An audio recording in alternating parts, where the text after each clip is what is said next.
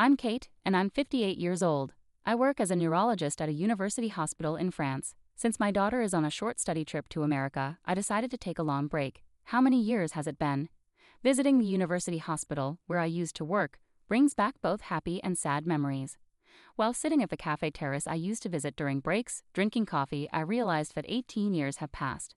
The view outside has changed a bit, but under the same clear blue sky, I suddenly remembered my ex-husband's words. I prefer a smart child born to a 23-year-old woman than a child born to an older woman.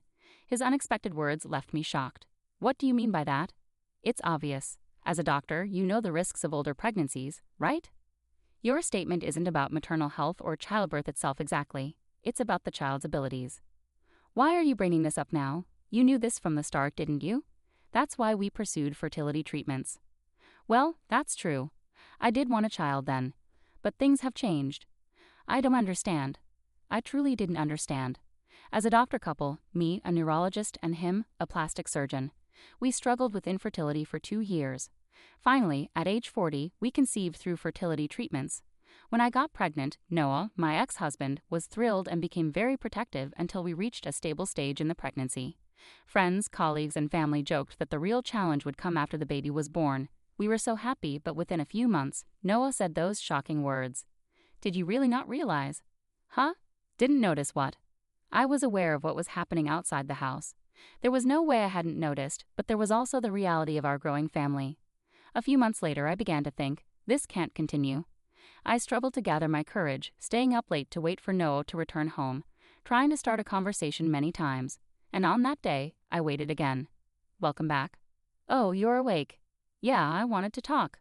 Whether Noah understood my feelings or not, his indifferent response was all I received. Hey, I got an invitation to attend the hospital's dad class today. Do you want to go? Huh? Apparently, most husbands attend the class. I'm not going. Huh? I said I'm not going. I'm not interested. Not interested? I'm a doctor, you know. I've seen countless pediatric patients. I don't have a problem with kids, so isn't that enough? But raising our own child from infancy is completely different. Even though I'm a doctor, I have no idea about childbirth or parenting. It's beyond what I can imagine. That's your perspective. Mine is different. I'm fine, so I'm not going. End of discussion. Noah remained uninterested and exerted pressure, but I lacked the courage to continue. One of my colleagues mentioned she saw him. Cheating? She saw you recently in the city, arm in arm with a young girl, happily shopping in a department store. Oh, really? Was that person stalking me or something? No, she just happened to be there and saw you. But she decided to gossip and used the word cheating. If it's untrue, that's slander, right? Huh? That's not the point. That's exactly the point. You realize I'm being suspected, right? It's a story where no one knows if it's true or not. So is it a lie? Well, my clinic focuses on beauty treatments, so it mostly employs young women. Women can be competitive with each other, you know? To keep them happy, I offer meals, shopping, and relaxation to recognize their hard work at a popular clinic. So you're doing the same with other staff, not just the person my colleague saw. You could say that. So you're neglecting our family for that? Kate, think about this. Without those girls, the clinic wouldn't succeed. They contribute to our income, right? So, thanks to them, we can maintain our household. Calling it neglect seems a bit harsh, don't you think? Noah smirked as he spoke, making valid points but also saying hurtful things. What's relaxation anyway? Is it code for hotel escapades? My colleague mentioned seeing him entering a hotel with a woman. It's a hotel Noah often uses for business dinners. When I heard that, I felt it was damning, but I couldn't bring myself to say it out loud. Maybe Noah had been hiding such activities since the early days of the clinic, focusing less on home once the money started coming in. After that, he seemed to hide less, spending less time at home. We're back to that initial suspicion. One day, as soon as he came home, he called out to my bedroom. Come here.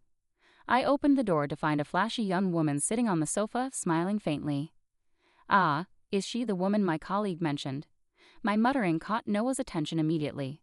So this girl here is going to be my official wife from now on, and she's already pregnant. I see. So what happens to me? Divorce, obviously. You can't just divorce me so easily. Easy or not, I have to take responsibility for this child. And what about your responsibility to me? Money, money. I'll give you more than enough. There will be a divorce settlement anyway. I could even give some money to that unborn child. It's coming from your old-fashioned womb. I'll provide enough to cover any shortfalls, so just hurry up, sign it, and disappear. With that, a pre-filled divorce form was placed on the table in front of me. The woman smirked, muttering disgusting under her breath as she looked at me. Being in the same space as these people was unbearable, and above all, I realized that Noah could no longer be considered my husband. From there, things moved quickly. We agreed to involve lawyers and decided that I would hold onto the divorce form. I couldn't bear to live in the same house with him anymore. So I quickly packed my essentials into a suitcase and left the house. 18 years later, returning to America, I never expected a chance encounter. Lost in thought, I noticed a figure approaching nearby. Just as I turned to look, I heard a voice I never wanted to hear again. Kate. It was Noah. It's been a while. Unable to ignore the greeting, I replied calmly. As he approached, he chuckled and spoke again. So you're back from France with your tail between your legs? You went to France, right? Feeling the pressure and came back to rely on your alma mater. His mocking smile revealed his true nature, leaving a sinking feeling in my stomach. Just a regular homecoming. My child had things to do in America, so we're here together today. So that child from back then, I see. Why are you here together? Is that child sick or something? His words left me stunned. I prefer a smart child born to a 23-year-old woman than a child born to an older woman. Noah's hurtful words echoed in my mind, and my heart sank once again as I struggled to respond. Footsteps approached from behind. Mom, who is he? Grace's voice brought me back to the present. She looked at Noah cautiously, and upon seeing her, Noah glanced at me suspiciously.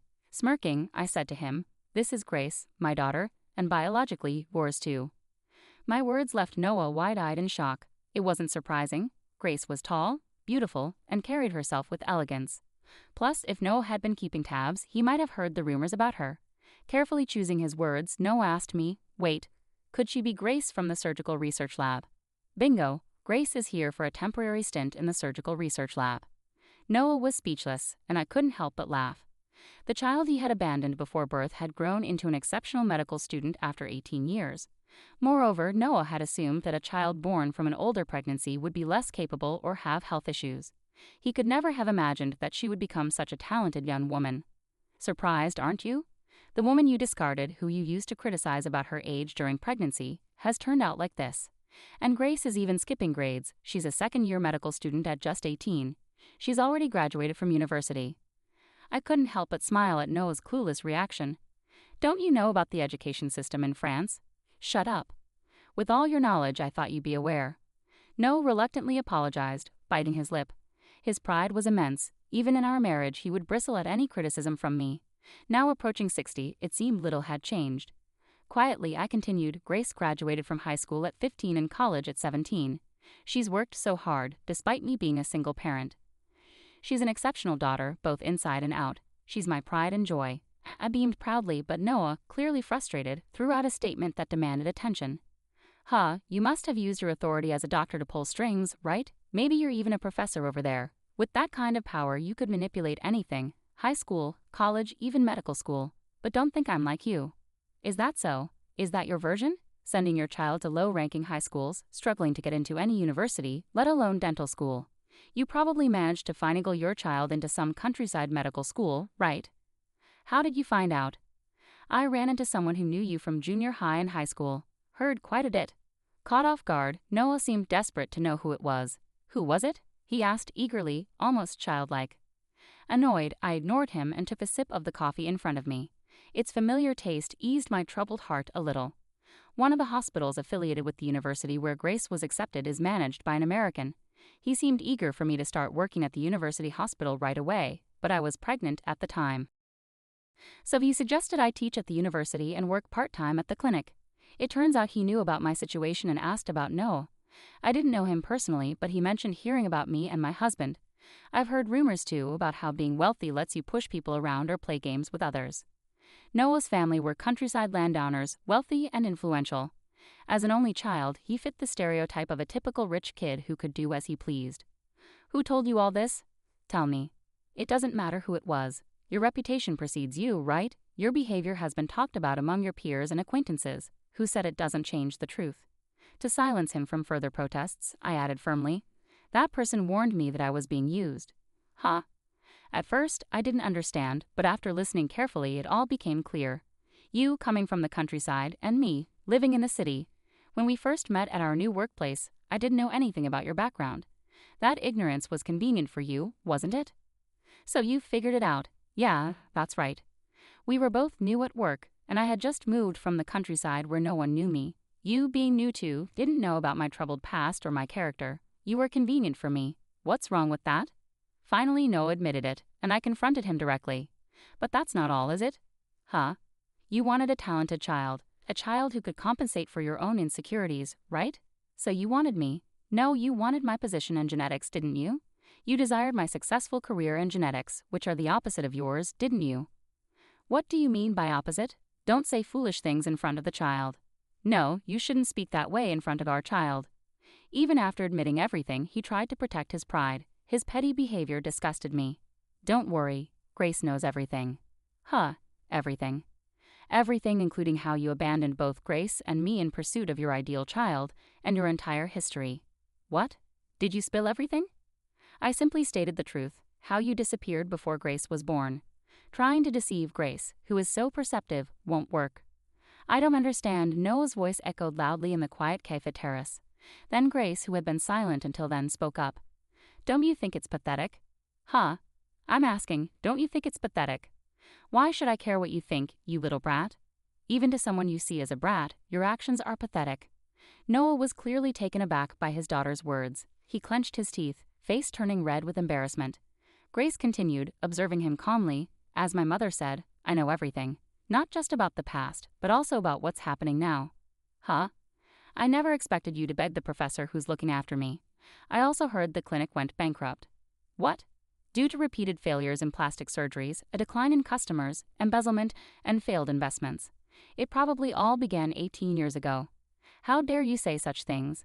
It started when you abandoned my mother and chose someone else. Or perhaps it started when you started making easy money at the clinic and got involved with someone blinded by money. Their presence turned you into a greedy monster and led to your downfall. Grace's words struck Noah hard, making his face even redder and his lips tremble. Why don't you admit it? You're a terrible person, someone who ruins lives. Isn't this just karma catching up with you? Can't you see that? Wait, what? You think I ruin lives? Because of our breakup, Kate became a professor in France, and now you're going to medical school at 18. It's all because of me, isn't it? What? Are you kidding me? Grace's voice remained steady and clear. It's not because of you, that's just how things turned out. Sure, the divorce might have been a trigger, but my acceptance into university right after was the result of my mother's hard work up until then. And my effort to attend medical school early is also because of her constant support. She's always been someone who works hard and cares for others, and that's why good things come to her. But for someone who easily discards others and ends up ruining their workplace, there's a sad reality waiting where they'll have to rely on their dwindling pride. I saw a new side of Grace in that moment. While we've had heated discussions before due to differences, I'd never seen her raise her voice or express anger towards someone. Though I've had my moments of heightened emotion, quietly absorbing feedback from others, including Grace herself, I never expected her to see me that way or have those thoughts. Yet even faced with Grace's undeniable reasoning, Noah struggled to control his emotions. What? You wouldn't even exist if it weren't for me. Everything is thanks to me, right? How can you say that to your own child? I intervened, my voice tinged with anger and sadness. It's okay, Mom. It doesn't bother me.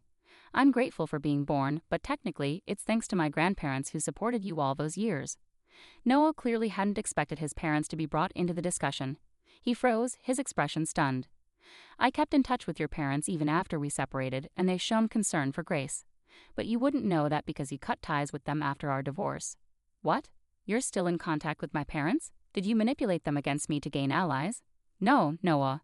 Your grandparents disowned you because you cheated on me and remarried. You barely graduated from medical school with financial help, struggled to attain your medical license after numerous private lessons, and barely held a mediocre position at a general hospital after an additional year under senior doctors' shadows. Unable to accept this due to your pride, you convinced your parents to open a cosmetic clinic for you. However, you became enamored with the plastic surgery trend, resumed womanizing during your residency, and started hiring based on your personal interests. It became a harem-like environment, culminating in impregnating a nurse over 2 decades younger, abandoning your family, and ultimately causing the collapse of the clinic built by your parents. What more could your grandparents possibly do for you? Overwhelmed by Grace's relentless recounting of Noah's troubled history, delivered flawlessly, Noah could only stammer incomprehensible words in agony. As he struggled to make sense of the situation, a strange calm seemed to settle over him, prompting him to say something outrageous. So why don't you connect us, huh? I heard you were asking around in the lab earlier. After my clinic closed, I've been struggling to find work. I imagine you're facing challenges too, reaching out to your mother's former workplace for help. Everyone's been distant. If you, the talented daughter of Kate, who is respected and trusted despite our unfortunate split, were to offer assistance to your reunited father, surely they'd lend a hand, right? Noah lamented like a tragic figure, making such unusual requests, while Grace and I exchanged knowing glances, sighing with pity. Crying to a child you abandoned? That's pretty pathetic and uncool, isn't it?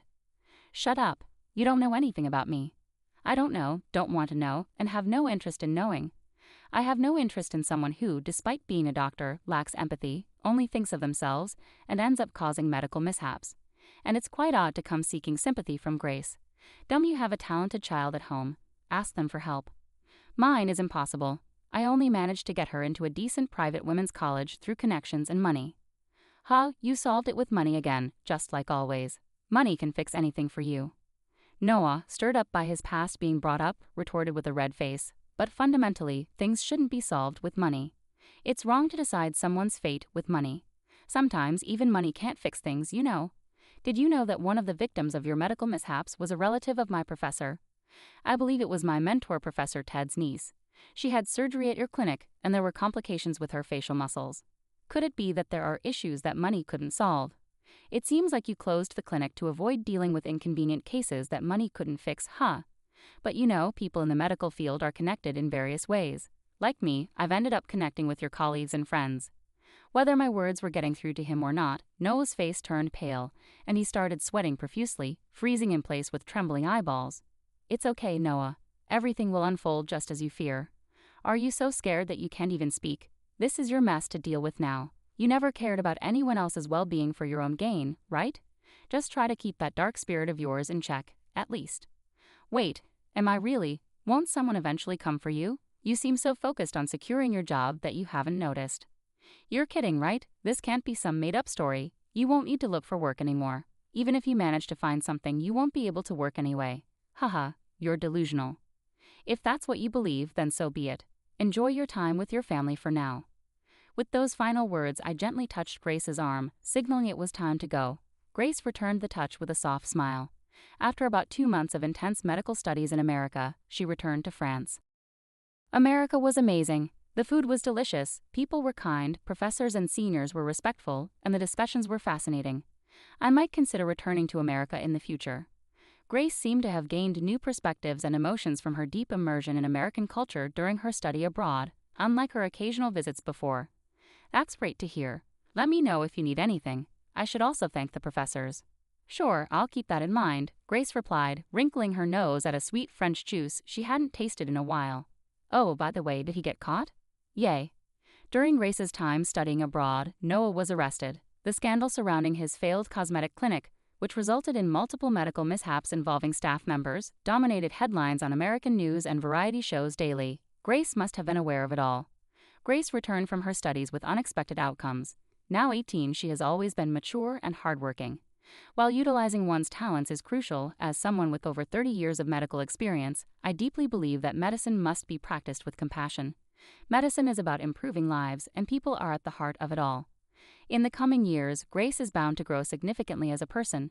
As both a parent and a seasoned medical professional, I will quietly support Grace from the sidelines, sometimes walking alongside her. This journey will undoubtedly